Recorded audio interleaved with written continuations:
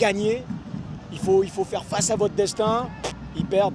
Donc que ce soit en coupe, que ce soit APR, que ce soit aujourd'hui, ça veut dire que c'était pas une équipe de grand match, c'était une équipe pas mauvaise en championnat. Depuis que je suis là, ils comprennent bien certaines choses, certains principes, mais ça manque de culture foot. Et puis certains sont des bons joueurs, mais c'est pas des guerriers. Et à un moment donné, quel que soit le sport que tu fais, il faut te battre, il faut souffrir, il faut saigner. Là encore aujourd'hui, on a un joueur qui a fait semblant d'être malade. On a eu des joueurs qui ont fait semblant d'être blessés durant l'année. On a un joueur depuis octobre, il fait semblant d'être blessé. Voilà, il a pris beaucoup d'argent à Rayon, il ne mérite pas cet argent, il ne mérite pas de jouer à Rayon. Et ça, il faut que ça s'arrête. Il faut que ça s'arrête. Voilà. Alors, pour vous comme le technicien, qu'est-ce qu'il faut faire justement pour renforcer l'équipe, en fait que l'équipe puisse être plus compétitive? Ben, si tu regardes, moi, depuis que je suis là, bon, avant que j'arrive, j'ai tout revu. Louvumbu, Ojera et Senou, ils étaient responsables de 82% des buts avant que j'arrive. Donc quand tu perds 82% de tes buts. Donc ceux qui les ont remplacés n'étaient pas au niveau. Ça, c'est une première chose déjà. Je ne sais pas quel club, si tu prends City et s'ils perdent De Bruyne, Haaland et Alvarez, t'inquiète pas qu'ils vont les remplacer. Or, malheureusement, moi quand j'arrive, je ne peux plus recruter. Il y a des joueurs qu'on a fait venir, ils n'avaient pas le niveau de joueur à Rayon, hein, et on ne peut plus recruter. Moi, je t'aurais trouvé des joueurs largement meilleurs que certains qui sont ici pour moins de salaire. Donc il faut sortir plein de joueurs. Voilà, il y a des joueurs, ils ne méritent pas de jouer à Rayon, ils ne méritent pas ses supporters, ils ne méritent pas les infrastructures parce qu'on a notre propre centre d'entraînement, on a tout pour évoluer, tout pour évoluer. Tu sais, j'étais au Congo, c'était un club qui avait beaucoup d'argent, mais qui n'avait pas de supporters parce que c'était un nouveau club. Et tu ne peux pas acheter des supporters. Donc tu ne peux pas acheter une histoire. Rayon a une histoire, tu ne peux pas acheter des supporters, Rayon a des supporters. Le reste, tu peux l'acheter. Mais quand tu viens dans un club comme ça, faut avoir des motivations sportives. Moi, je suis venu, je gagne moins d'argent ici que dans ma dernière mission. Je gagne moins d'argent. J'ai quitté un club où j'étais quasiment sûr de finir en Coupe CAF. Et ici, la mission était difficile. Mais j'ai voulu me challenger pour rendre ces gens heureux. J'ai réussi ou pas, je ne sais pas. Mais je sais qu'il y a des joueurs, ils sont à Rayon, donne-moi mon chèque, donne-moi mon salaire, et puis c'est tout. Cette année, on a perdu contre des clubs où des joueurs gagnent moins d'argent que nous. Et ils devraient avoir honte de ça. Contre des clubs qui n'ont pas notre histoire, pas nos supporters, et qui gagnent moins d'argent. Combien de fois, vous ne le savez pas, combien de fois j'ai passé des jours et des jours à parler à des joueurs parce qu'ils avaient les larmes aux yeux, parce qu'ils n'avaient pas leur salaire. Mec, tu es en Afrique, même en France, il y a des clubs qui ont des retards de salaire. Même en France, des clubs de Ligue 2, de National. J'ai des amis qui ont joué au Portugal, en D1, ils avaient des retards de salaire. Mais tu as la chance, c'est pas toi, un autre qui va faire ta carrière. C'est toi, montre sur le terrain. Si tu n'es pas content de Rayon et des retards de salaire, donne le meilleur. Et puis tu pars, tu auras un meilleur salaire. Mais on a trop de joueurs à Rayon, ils se tournent vers le banc, ils se tournent vers là-bas, ils ne veulent pas prendre leurs responsabilités. Combien on a d'attaquants, ils préfèrent faire une passe que tirer. Combien on a d'attaquants, à 1 contre 1, ils font une passe en retrait. Combien on a, ils tirent pour faire semblant de tirer, au lieu de tirer pour marquer. On n'a pas de tueurs. Et dans le sport, il faut souffrir. Même les mecs genre Michael Jordan, Cristiano Ronaldo, Messi, ils ont souffert dans leur jeunesse. Ou les grands champions, ils sont capables de souffrir. Mais ici, on a trop de joueurs, ils ont peur de se faire mal, peur de faire quelques semaines sans salaire. Rayon, on n'allait pas les laisser à la rue, quand même. Hein? Donc, ce qu'il faut changer pour te répondre, il faut recruter des joueurs qui ont l'état d'esprit pour jouer à Rayon. Ceux qui viennent ici en me disant « moi, je veux tant, je veux tant ». Il y a un joueur qui a signé ici, au dernier moment, quand il arrive à Kigali, il change le montant du bonus de signature et il change le salaire. Ces gères-là, ils doivent dégager, ils ne doivent pas signer à Rayon. On doit être assez fort pour leur dire « dégage ». Donc moi, maintenant, si on veut mon aide, intérieure ou extérieure, j'aiderai Rayon parce que j'aime ce public. J'ai été très bien accueilli ici à Kigali par vous, par tout le monde. J'ai rien à dire. Et j'ai de bonnes relations avec le board, je les respecte. Et je pense qu'il faut les aider. Donc, soit je les aiderai en restant au club, même si je pars, je les aiderai.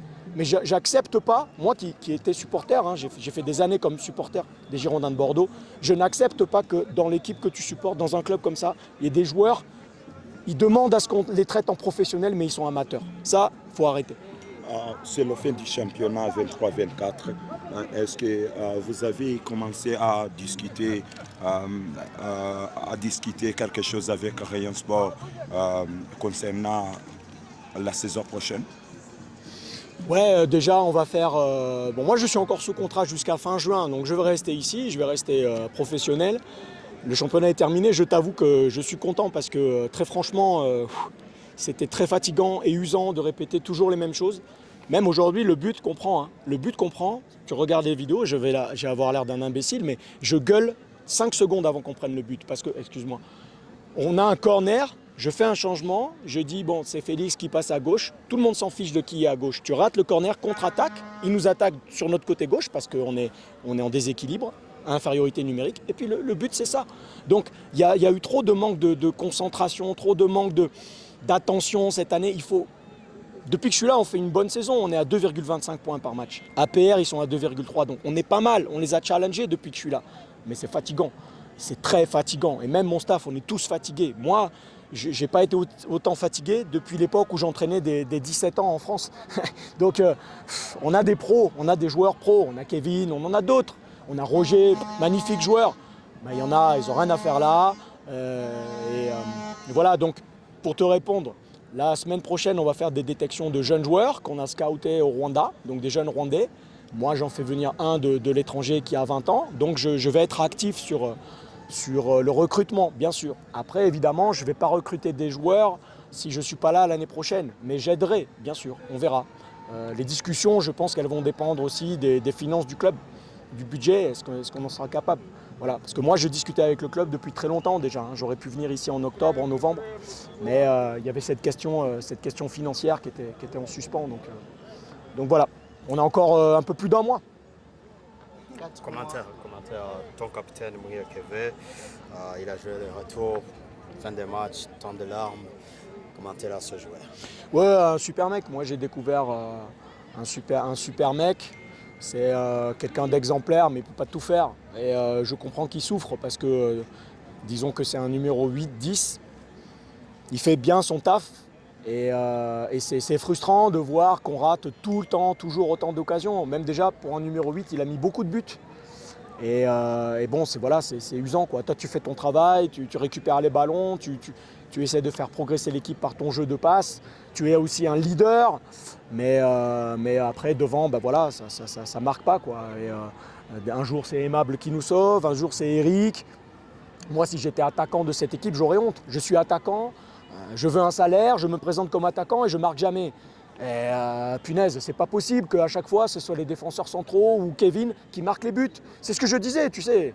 Beaucoup se sont cachés derrière Luvumbu. Hein, et une fois qu'il est parti, mince, je dois prendre le relais. Et là, je veux toujours demander mon salaire. Je veux toujours les bonus. Mais les responsabilités sur le terrain, je ne les veux pas. Donc je comprends Kevin. Moi, je suis énervé et triste pour lui parce que c'est un super mec. J'ai découvert un super mec qui est dans votre équipe nationale. C'est normal. Il a joué en Égypte. Je lui souhaite de jouer à un meilleur niveau. Mais il ne fera pas une autre saison comme ça. Et moi non plus, je ne ferai pas une autre saison comme ça. Parce que c'est trop. Je peux faire mon travail, un peu ton travail, mais je ne vais pas faire le travail de 5 autres. Et Kevin, c'est ce qui lui arrivait sur le terrain. Voilà. 4 mois au Rwanda, quelle est votre impression sur le football rwandais? Il y a beaucoup de choses positives. Alors je peux comparer avec forcément ce que je connais. Hein. J'ai fait beaucoup de pays africains, pas en tant qu'entraîneur, mais en voyageant. Surtout avec Djibouti, équipe nationale, j'ai fait beaucoup. Et puis avec la Ligue des champions d'auto, j'ai fait beaucoup. Je pense que pour faire progresser ton football, quel que soit le pays, il te faut des infrastructures, facilities. Donc ça, je pense que vous les avez. Même si je pense que vous devriez développer des terrains naturels, parce que vous avez le climat pour ça. Quand j'étais à Djibouti, c'était difficile d'arroser la pelouse. Mais ici, il pleut tous les jours. Vous devriez développer ça. Parce qu'on le voit, la qualité des rebonds sur ces terrains, c'est pas du football. Je suis désolé, c'est pas le même sport, un terrain synthétique qu'un terrain en herbe. Donc vous devriez, mais la FIFA et la CAF, elles devraient avoir une politique de développement de terrains naturels. En plus, ça développerait des emplois. Mais en dehors de ça, vous avez les infrastructures. Même quand tu vas jouer à Ouye ou Goma, les autres villes, franchement, les stades sont très bien, les vestiaires sont très bien. Donc en termes d'infrastructure, c'est très bien.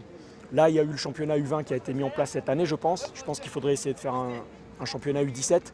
Et après, il faut améliorer la formation parce que comme je vous dis, moi j'ai des joueurs, là, même certains qui sont en équipe nationale, là, ils sont de bonne volonté, ils sont gentils, ils ne sont pas méchants.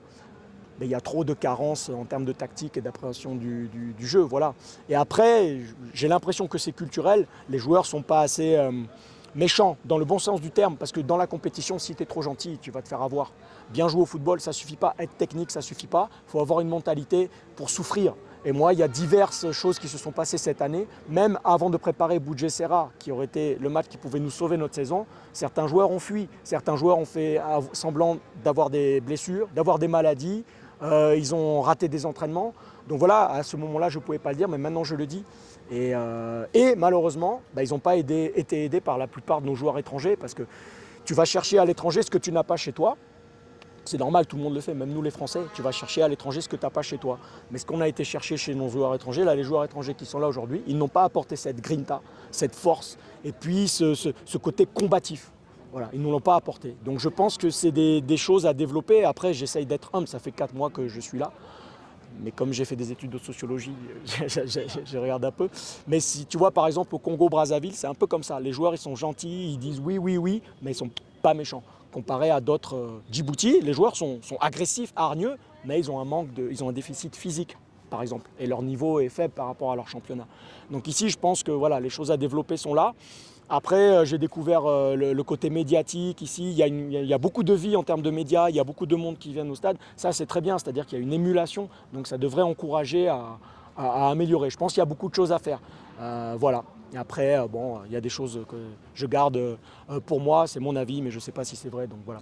En tout cas, merci beaucoup à tous. Si on ne se revoit pas, merci pour le professionnalisme que vous avez eu avec moi cette année. Et je vous souhaite de continuer le meilleur. Si on se revoit, tant mieux. Merci.